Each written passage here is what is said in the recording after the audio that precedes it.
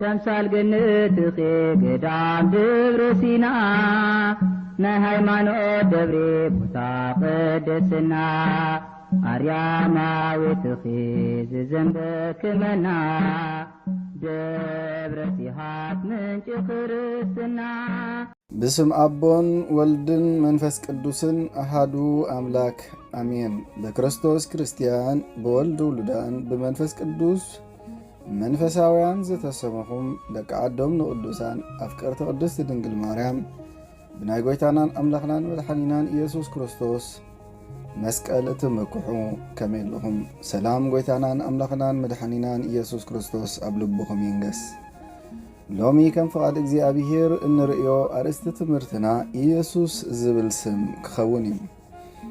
እዚ ስም እዚ ኣቐዲሙ ንደቂ ሰባት ንድሕነት መታን ክኸውን ብቅዱስ ገብርኤል መልአኽ ኣቢሉ ካብ ቅድስቲ ሥላሴ ዝወፀ ማለት ንቅዱስ ገብርኤል ዝተዋሃበ ንድንግል ማርያም ከብስራ እቲ ዝውለድ ህፃን ድማ ኢየሱስ ተባሂሉ ንኽስመዕ እዩ።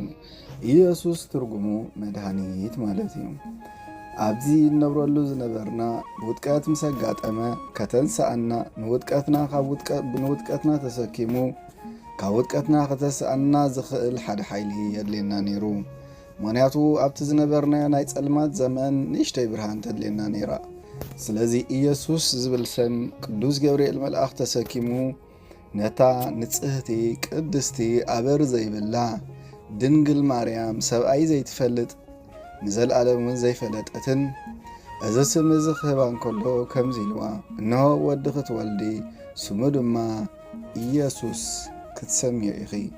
እዚ ስም እዚ ከምቲ ኣብ ግብሪ ሃዋርያት ምዕራፍ 4 ቁፅሪ 12 ዘሎ ብኡ ክንድሕን ዝግባእ ስም ካብ ደቂ ሰባት ኣብ ትሕቲ ሰማይ ይኹን ኣብ ትሕቲ ምድሪ ንማንም ኣይተዋህበን። እዚ ስም እዚ ናይ ኩልና መድኃኒት፣ ናይ ኩልና ተስፋ፣ ናይ ኩልና ሰላም፣ ናይ ኩልና ጸጥታ እዩ። ከምቲ ቅድስቲ ቤተ ክርስቲያን ኢየሱስ ክርስቶስ ስምከ ጥዑም ትብሎ ማለት ክርስቶስ ስምካ ጥዑም እዩ። እዚ ስም እዚ ኣዝዩ ጥዑም እዩ። ንመልሓስና ኣጋዕበት፣ ንኸርትና ጽጋብ፣ ንሕልናና ዕረፍቲ፣ ንልብና ድማ ሰላም ዝህብ ስም እዩ። እዚ ስም እዚ ጸላኢ ዝረዕደሉ ንሕና እንተብዓሉ ኢና። ከምቲ ቅዱስ ጳውሎስ በቲ ሓይሊ ዝህበኒ ብክርስቶስ ንኹሉ ክኽእለ ኩሉ ዘኽእለናን ሽግራትና ዘሕልፈናን እዚ ስም እዚ እዩ ኢየሱስ ዝብል ስም። እዚ ስም እዚ ፍሉይ ስም ናይ ስጋዌ ናይ እግዚኣብሔር ወልድ እዩ። እዚ ስም እዚ ሓጢኣትና ዘርሓቐ ሰላሙ ዝሃበና ኩሉ ግዜ ንዑ ተዓጢቕና ክንከይድ ከም ዘለና ክንኣምንን ክንቅበልን ይግባእ።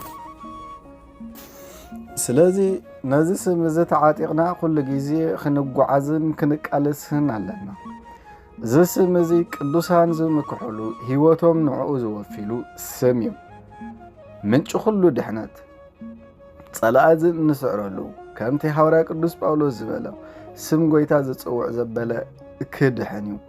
ንሕና ድማ ስም ጎይታና ኢየሱስ ክርስቶስ ዘይንሓፍረሉ እኳ ደኣ ለይትን መዓልትን ብኡ ንምክሓሉ ኢየሱስ ዝብል ስም እዩ። ቅድስት ቤተ ክርስቲያን ኩሉ ጊዜ ኦ ጎይታ ኣብ ቅዳሴኣ እንታይ ትብል? ኩሉ ዕድልን ኩሉ ሰናይን ካባኻ ካብ ኢየሱስ ወዲ እግዚኣብሔር እዩ። ኢየሱስ ክርስቶስ ወልደ እግዚኣብሔር፣ ኢየሱስ ክርስቶስ ንስኻ ወዲ እግዚኣብሔር ኩሉ ጊዜ ምሳና ኩሉ ጊዜ ኣብ ናብራና ክትህሉ ከምቲ ርእሲ ሰብኣይ ሰበይቲ ዝኾነ ርእሲ ቤትና ድማ ክርስቶስ እዩ።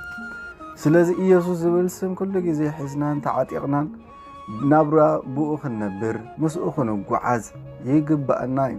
ኢየሱስ ኩሉ ጊዜ ሰላምና እዩ። ኢየሱስ ዝብል ስም ኩሉ ጊዜ ህይወትና እዩ። ኢየሱስ ዝብል ስም ኩሉ ጊዜ ጣዕምና እዩ። ኢየሱስ ዝብል ስም ኩሉ ጊዜ ፍቕርና እንገልጸሉ እዩ። ምክንያቱ ኣብቲ ኢየሱስ ዝብል ስም ፍቕሪ ኣሎ፣ ሓልዮት ኣሎ፣ ትብዓት ኣሎ። ንሱ ፍቕሪ ደኣዩ ሂብና እምበር ጽልኢ ኣይሃበናን። ስም ጎይታ ዝጽውዕ ዘበለ ካብ ክፍኣት ይርሓቕ።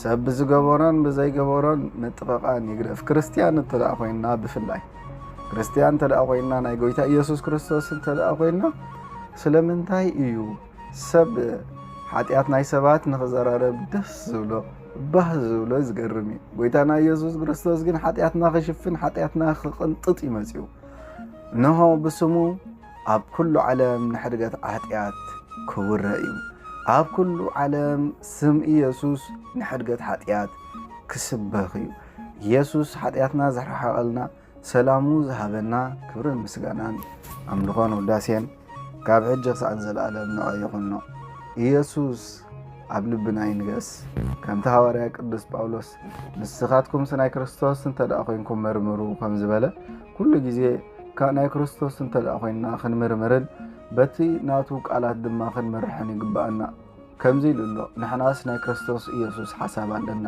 ብሓቂ ናይ ኢየሱስ ክርስቶስ ሓሳብ ኣለና የብልና ኣብቲ እምነት እትኽኣለና ዲና የለናን ኢልና ኩሉ ግዜ ርእስና ክንመርምር ይግባአና ኣብ ቅድሚ ሰብ ንዝተኣመነኒ ኣነ ድማ ኣብ ቅድሚ ኣቦይን ኣብ ቅድሚ መላእኽትን ክእሞነ ኣብ ቅድሚ ሰብ ዝኸሓደኒ ድማ ኣነ ድማ ኣብ ቅድሚ ኣቦይን ኣብ ቅድሚ መላእኽትን ክኽሕደ ኢሉና ኣሎ በዚ ስም እዚ ኩሉ ግዜ ክንሓፍር ኣይግባአና እንታይ ደኣ እንመክሓሉ እንኾርዓሉ እዩ ነቶም ንስጋና ክቐትሉ ዝኽእሉ ነፍስና ግና ክቐትሉ ዘይክእሉ ክንፈርሖም ኣይግባአናን እዩ እዚ ስም እዚ ዋልታና እዩ ኢየሱስ ዝብል ስም መድሓኒትና እዩ ኢየሱስ ዝብል ስም ናብራና እዩ እንታይ ኢሉ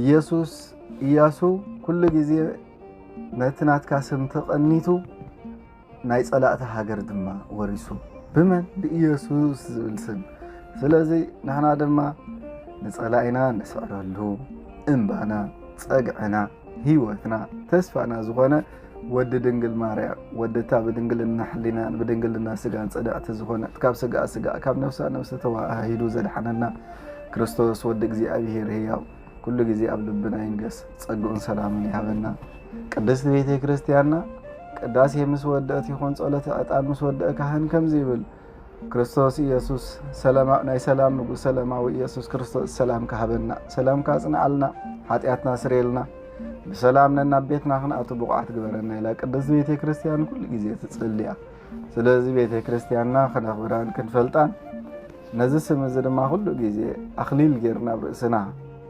ክንከይድን ፍቓዱ ይኹን ኣብ ዝቕጽል ይረኽበና وسبحانك لእግዚአብሔር ይትባረክ እግዚአብሔር አምላከ አበዊነ ስቡሕኒ ወልዑልኒ